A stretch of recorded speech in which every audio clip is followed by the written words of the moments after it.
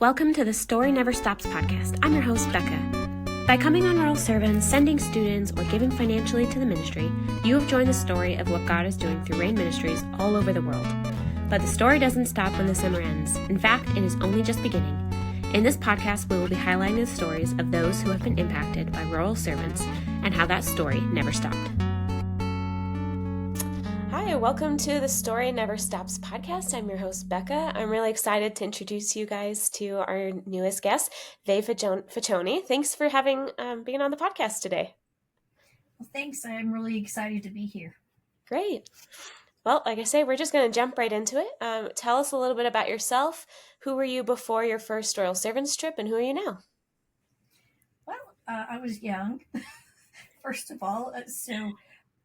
The first summer I went was the summer I graduated college. So I wasn't as young as some people start, but I had always done short-term trips here and there, did some different things, and somebody came to my college and spoke, and nobody had ever been to my college from Royal Servants before, and so I was the first one to go from my college, and it was just me.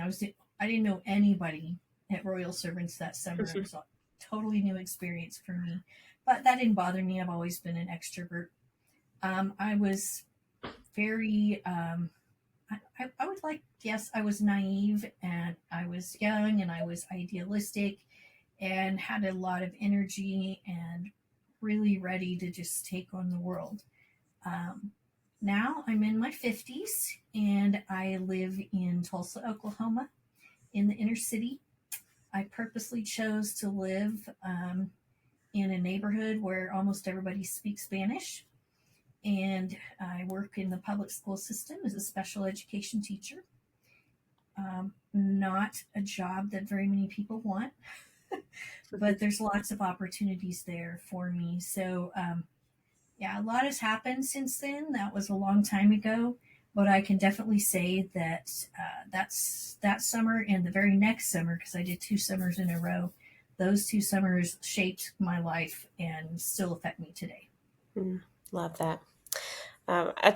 You were talking, I was like, oh, that's similar to mine, because Kairos back in the day had come to my high school, but I was the first person from my school, as far as I'm aware, that ever went on Royal Servants, and so I didn't know a soul, so I understand that. All right, so tell me, where did you go, and remind me, when did you go?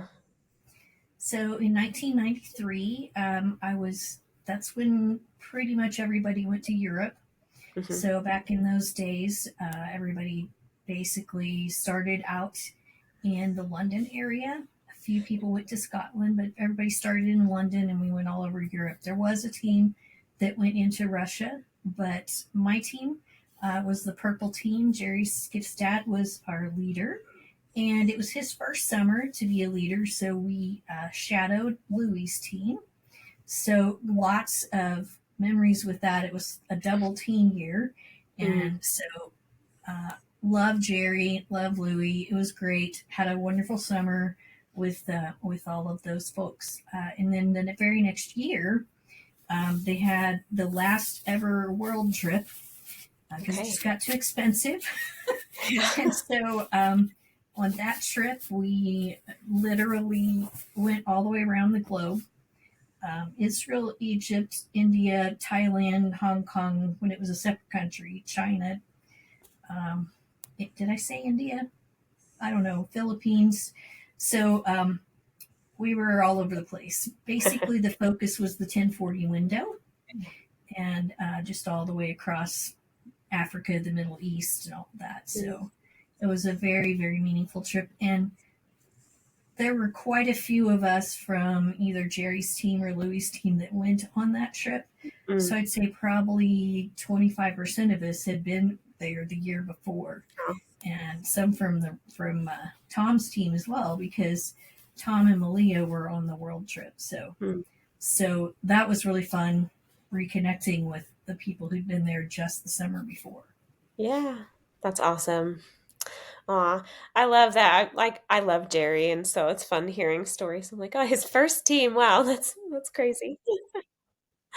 All right. Well, you said that rural servants or staff had come to your college. What inspired you to go on rural servants that first time?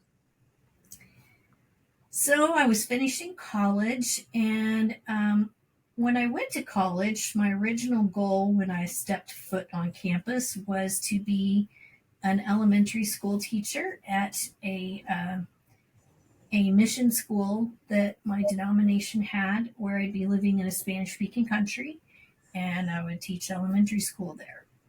Um, that did not work out for me. I am not an elementary school teacher.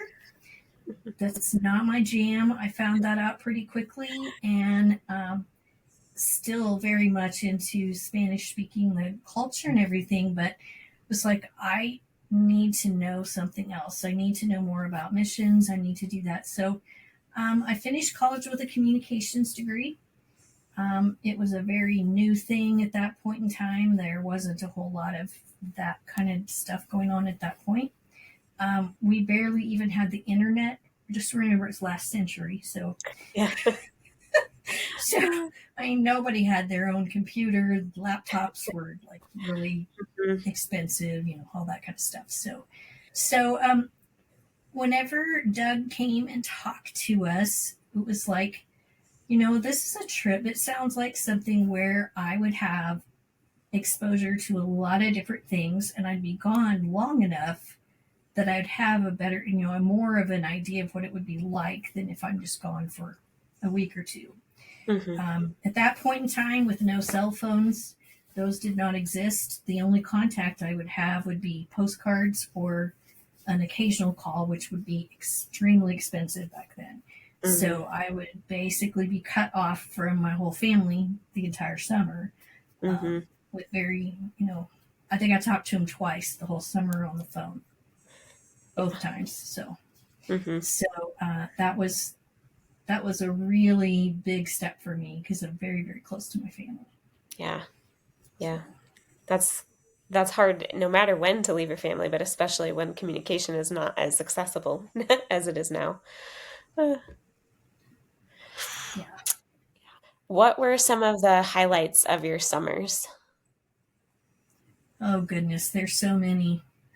Behind me, up on the wall, Mm-hmm. I have photos from my world trip. Hmm. Let me turn this a little bit. That's photos from my 93 trip. There's 94. So I even have them on my wall still. Aw.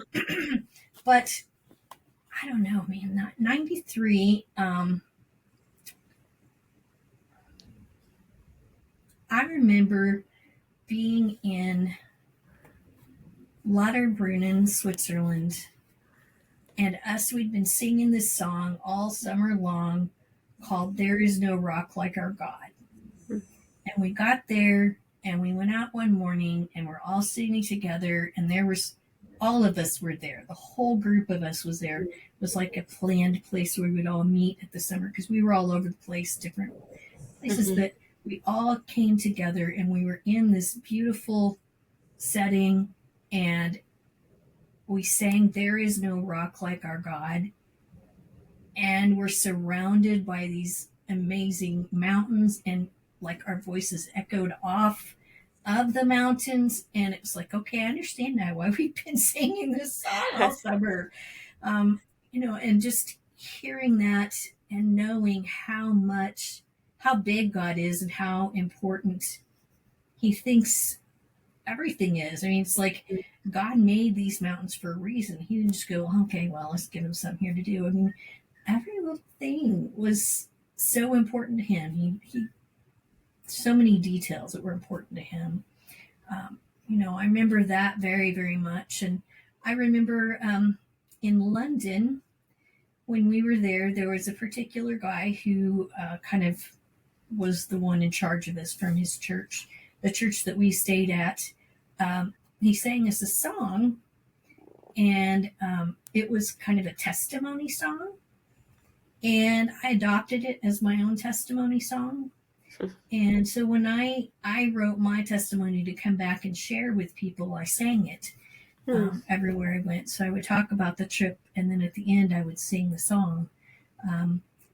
Because I committed to go on this trip, and I'd always gone to church, and I'd always, done stuff. I was coming from a Christian college, but right before I went on that trip, you know, I was not making some very good decisions that my senior year of college, and some tough things happened. And so it was kind of like, this is my stake in the stand, this is my stake where I'm going to say, no, I'm done with that. I'm not going to do that kind of stuff anymore. I'm going to just 100% commit. That part of my life is over. I'm not going back to that. And the course was never going back, never going back. And so, that was part of the course. So that was part of it. So those are two things that always stick out to me. There's 100,000 things, but, and then my world trip. Oh my gosh. I can tell you something for every country we went to. Right. When we camped around the Sea of Galilee, you're in Israel and you're thinking, Jesus actually was here, like in person, which is really crazy whenever you start thinking about it. And then we're there and we're up on the mountain so we can look out all around, because if you're kind of up a ways, you can see all the way around the Sea of Galilee. And so it's really interesting looking at that and seeing it and go, man, this is beautiful. And then at nighttime we went out there, and again, a perfect visual. We go out there at night, and Jesus said, "A city on it, you're the light of the world. A city in the hill cannot be hidden." And here there are all these lights around the Sea of Galilee. That was the beginning of our devotional that night. Tom read that, and we were just like, oh my goodness. And then one of the days we were there, it got really windy, and it made us think about the storm that they had when they were crossing the Sea of Galilee. And we're like, this wind is something. Yeah, wouldn't want to be out in this. So it was just things like that. We went to an orphanage in China, where they were basically throwing away babies. Kids went there that were not wanted, and I have a picture in my scrapbook of two girls. We had a 16-year. She was 14. We had two 14-year-olds on our trip, 15, I guess. Anyway, so they were really young to be going on this big trip around the world, but they were there, and there was a Chinese girl who was the same age. So Lindsay and this Chinese girl, we took a picture of them standing next to each other. And to see the difference between someone who was well nourished and someone who was not, they did not look anything close the same. The one who had grown up in that orphanage and had to scrap for food and had not been to school and all that, she couldn't even stand up. She was so emaciated, she had like a scooter that she rode around on. She looked like she was 6 at the most. And just the heartbreak of being there. And there's one little baby girl there that I said, "Can I take her home with me, please?" If it would have been possible, I would have. I really would have.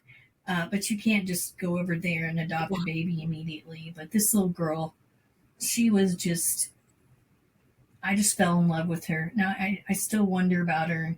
I've prayed for her for years. Of course, she'd be in her 30s by now, but I think about those sweet children there, and some of them just not doing well. So, just and kind of a funny personal story.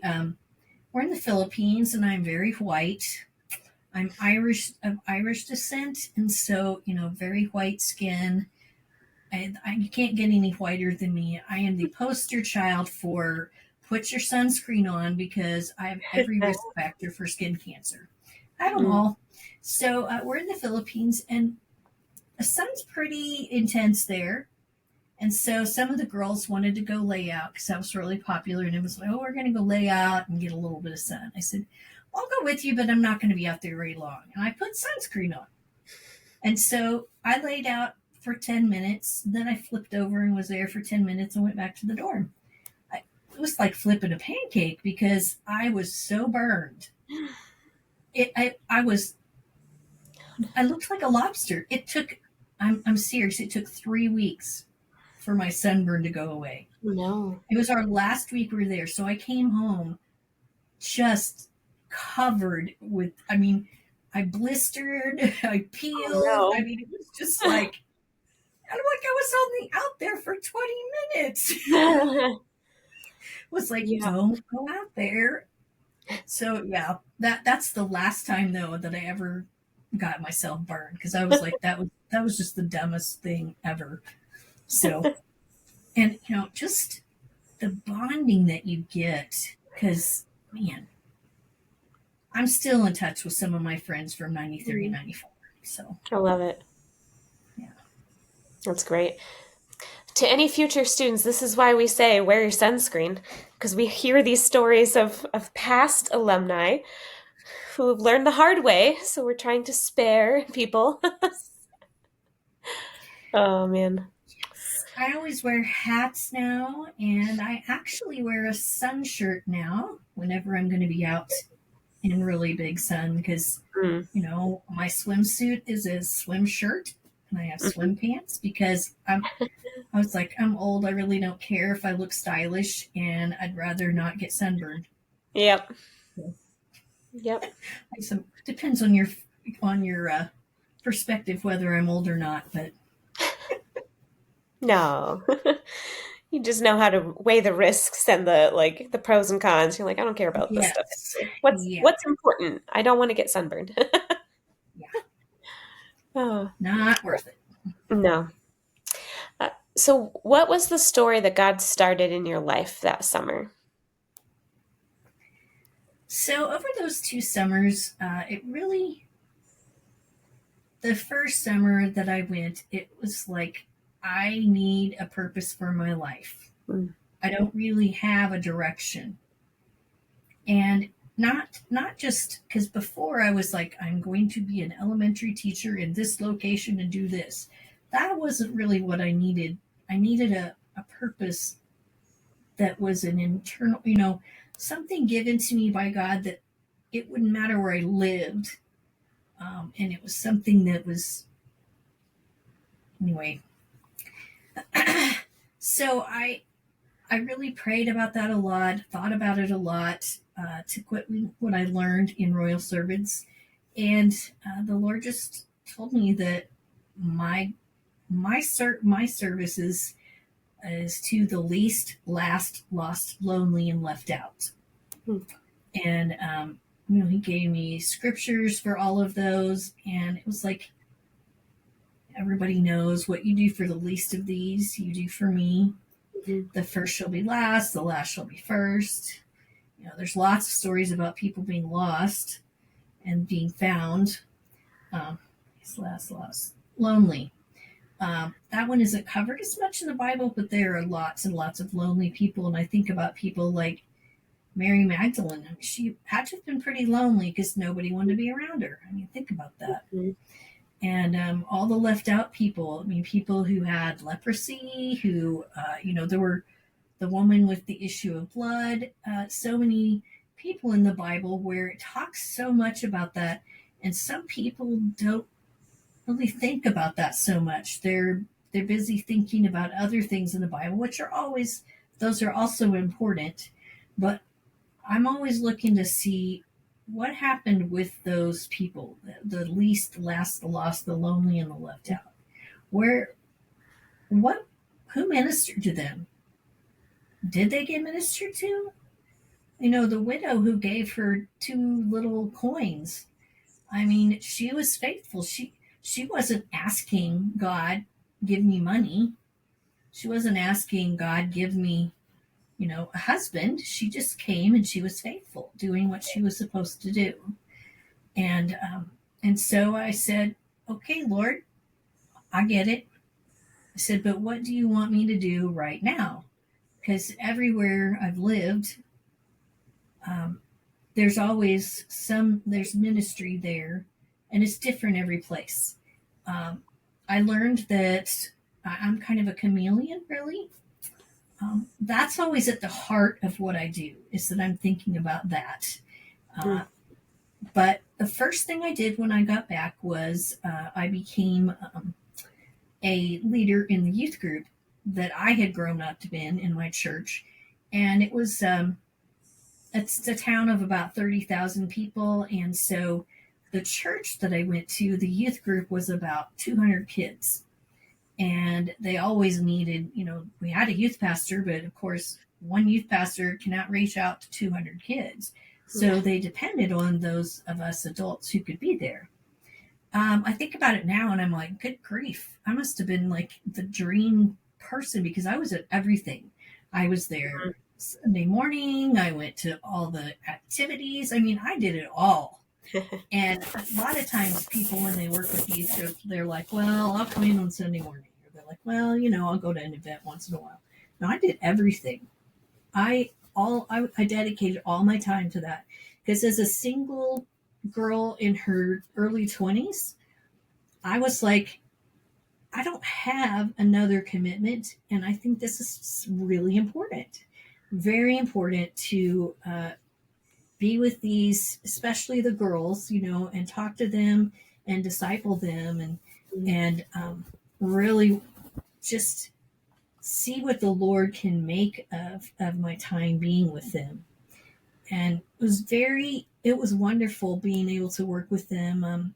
Still in contact with a lot of them, and they tell me different things, and we'll laugh about silly things we did. I ended up going with a mission trip with that youth group down to Costa Rica, and it reminded me, it was Royal Servants on, let's see, Royal Servants is very structured. Mm-hmm. Yeah. Very structured. So take out all the structure. That's what it was. Yep. That drove me crazy, but I just had to bite my tongue. I'm not in charge here. Just, because the youth pastor was like the last person to arrive to load up to go to the airport. He was late, and just, anyway, it works though, because these were kids that loved God, and some of those kids that went on that trip are pastors today. Some of them are in missions. There's some really cool things that happen with the kids that were on that trip. So Nice. Good. So that's a fun thing. So, Yeah. Yeah. Yeah. I went on a 1-week mission trip with my church, or through my church, like couple years after my first Royal Servants trip. And yeah, that's exactly what it felt like. I was like, this is not the same thing. These people are so unorganized. What are they doing? Yeah. Yeah. Yeah. So Yeah. what was life?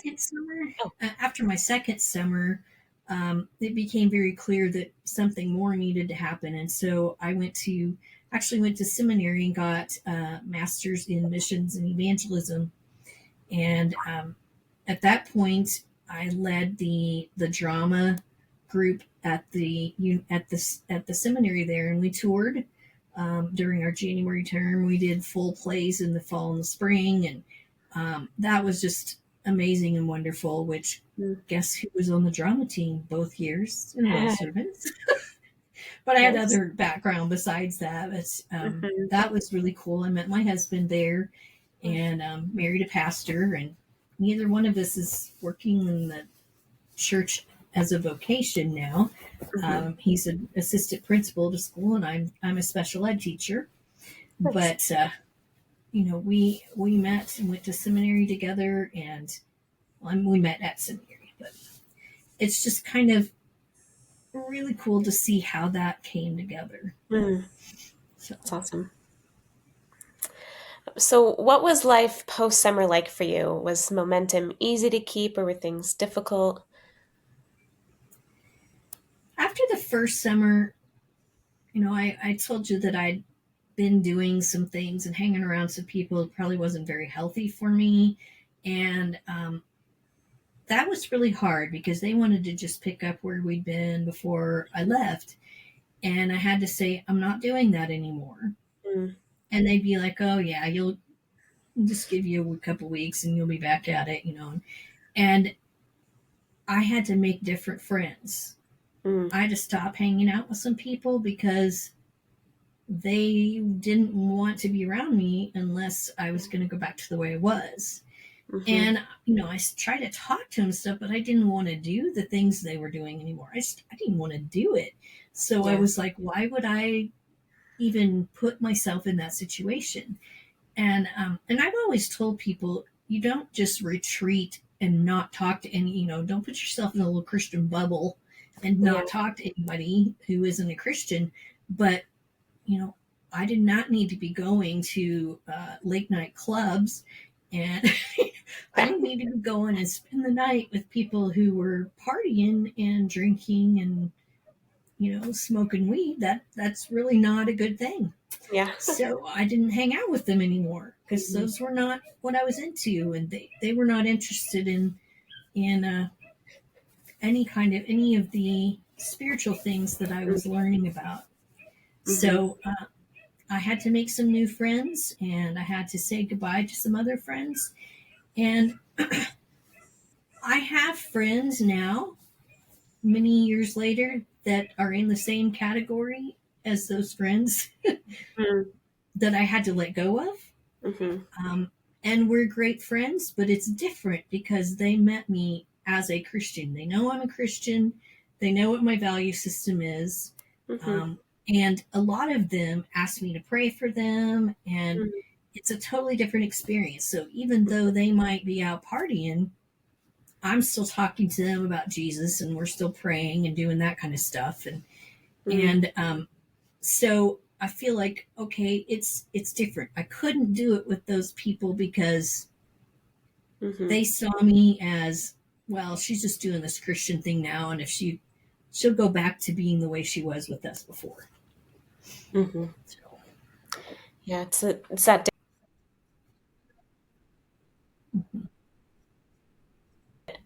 But now these new people are like, it's just, there's that difference of like, I can be near them and be a light, but I can't join them.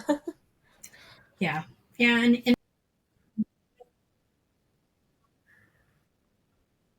it was just like, okay. And no, there was no social media back then. So I couldn't keep in touch with people from my team except for by letter and occasional phone calls, which back then were very expensive. I did, though. There was a group of people in the San Francisco area that I kept in touch with, and I went out between Christmas and New Year's. I went out and spent a few days with them and hung out, and we had a blast. It was great. There were about 4 or 5 of them that we just hung out together, and it was so funny because I got on, as I've always looked younger than I am. So I'm on a plane ride, and this couple is sitting next to me, and they asked me, I said, yeah, I graduated in May. And they said, oh, what are you doing? And later I realized they thought I was saying I graduated from high school. Because they're like, well, are you going to school? And I said, no, I'm taking a break from school right now, and I'm just going out to see my friends in San Francisco. And I mean, I had always planned to go get a master's degree someday. So I'm thinking, yeah, I'll go back to school in a while and get a master's degree. But they're thinking I graduated high school and I'm taking a break before I go to college. It was pretty funny. So when I thought about it, I was like, okay, well, there we go. Yeah. So you said you stopped hanging out with people that were not good influences. How else did you keep the momentum going in regards to faith and the things that you learned on Rural Servants? Yes, so I got into a small group that we kept each other accountable, which was obviously very, very good. One of the best favorite parts of the summer, both summers, was having the small group time and being able to meet in those groups and pray for each other and spend that time with God. And You know, I had I had often read my Bible and studied in that, but I just was more intense about it and more intentional about it. And I still have my books. This is what they looked like. Yes. Back then, it was a binder. So it's a lovely binder, and you can see here that I Love have all it. kinds of notes. I have Those are no idea what they do now, but we have little 3 ring binders. we still have three-ring binders, and it just has the new logo now, so it looks very similar. Yes, I So it's mean, like, awesome. look at this. I mean, all kinds of writing, all Yeah. kinds of things. So, I mean, it's just like, so here I am all these years later, and I pull them out still once in a while. I'm like, there's that one thing that, because my son is 22, Hmm. and he was asking me some questions, and he just wasn't, he was like, I don't get this. And I said, okay, let me get you something. And I drew him a train. And I was like, okay, so let's do this. This is, and and then he was like, oh, okay, now it makes sense because people were talking these words up here, and he Mm. needed an image to look at. Hmm. And so, when he has these questions, he'll ask me like, what is that? And how are you gonna? It's like, I don't get it, Mom. Can you explain that to me? Because he says I always have relatable things. So he said, I never wonder if he said, I never wonder if you love Jesus, or he's like, that's just who you are. He said, Mm. some people, they just put on this like Christian, it's like a label they put on Mm. themselves. He said, but I can't. It's not like that with you. That's just who you are. Oh. So if I squeeze you, some scripture or song's going to come out of you, because I'm prone to just breaking out into song once in a while, and saying something, and he'll just be like, "Okay, Mom." That's great. Mhm. I love that you're still pulling out the Royal Servants lessons. For anybody Yeah. who's listening and doesn't know, you just referenced the train analogy.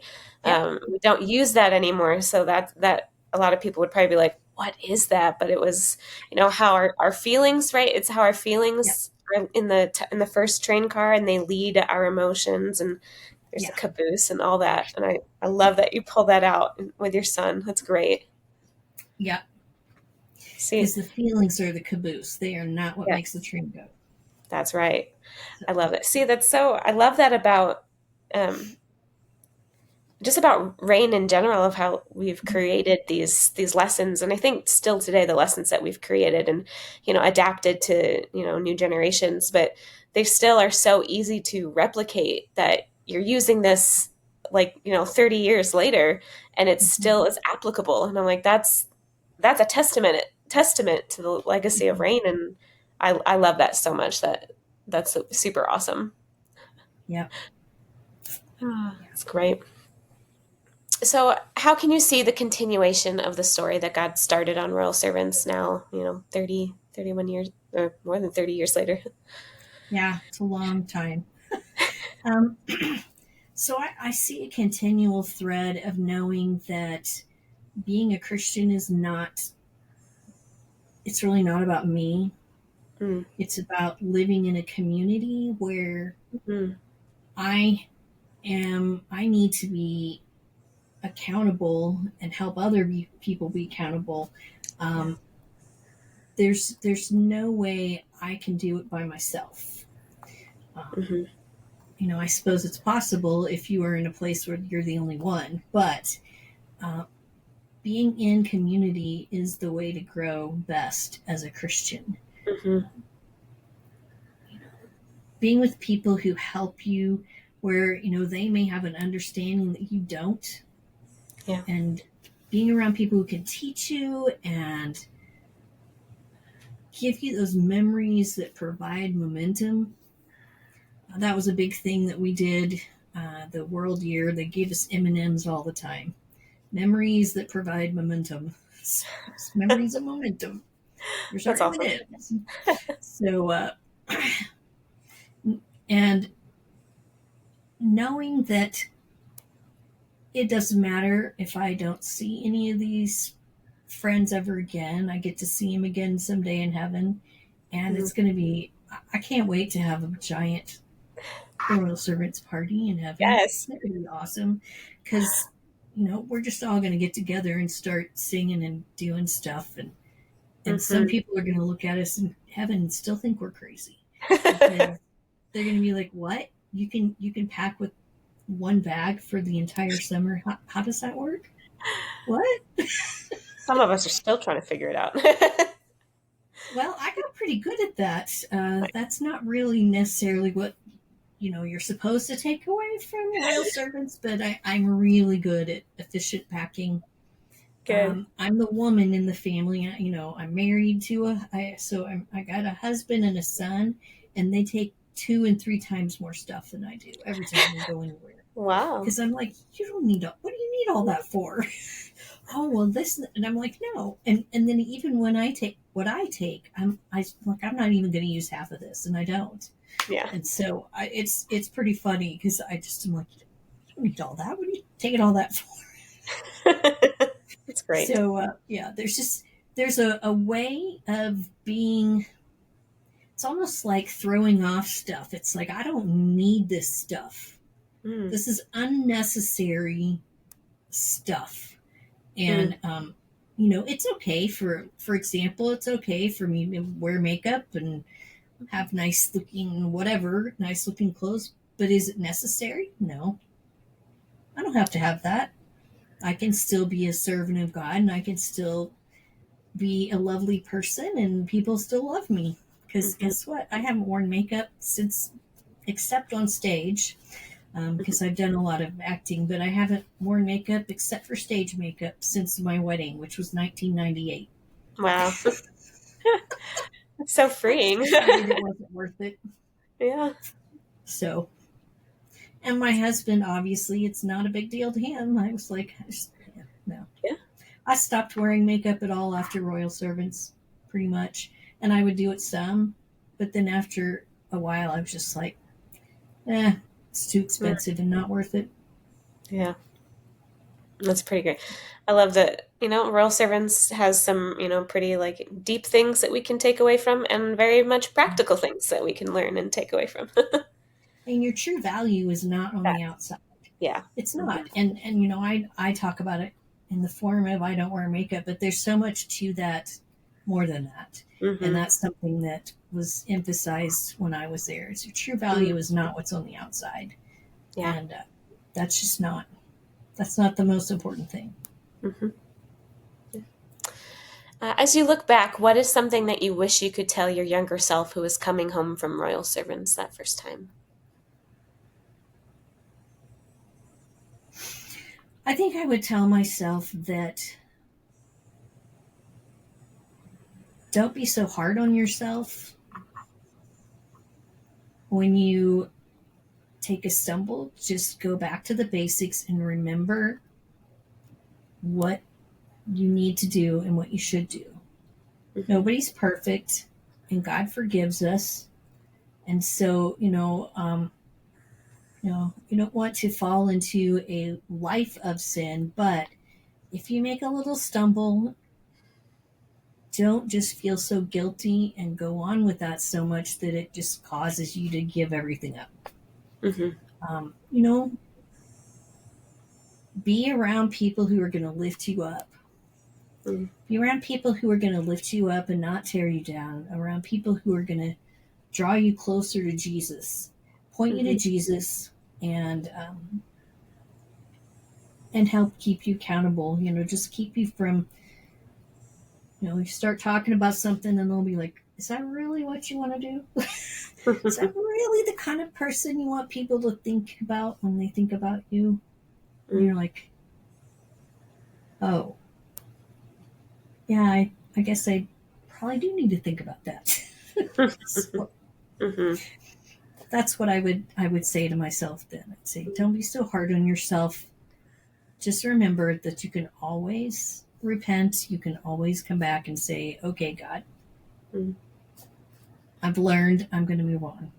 Mm-hmm. So good. Awesome. Well, Vay, thank you so much for being on the podcast today. To wrap up, would you be willing to close us in prayer for our alumni and also for future students? Yeah. Great. Yes. Thank you. God, I prayed that you would be with all of the royal servants, many of them who have gone, many who are going to go, and those who just went this last summer. Sometimes there's a little bit of a sadness when you get home from the summer where you've had some incredible highs, and then now you feel like, now what do I do? And Lord, I pray that you would be with all of the royal servants who they come home and they think to themselves, what do I do? Send people their way that show them their next thing, guide them to what their next thing is. They don't have to wait around for the next summer. They don't have to wait around to see what's happening. You can take them the very next day, the day they get home. And for any that have been on a trip and maybe they've lost their fervor, I pray that you would bring them back to their fervor and their love of you, Lord. Because you are the one, Lord. You're the one, Lord, who draws us to you. There isn't anybody else like you. And there isn't anybody else that is going to fulfill you. It's only you, Lord. So I thank you, Lord, for all of the people who've poured their life into these students and continue to do so over all these years. I pray that you would continue to bless Royal Servants, Rain Ministries, and keep them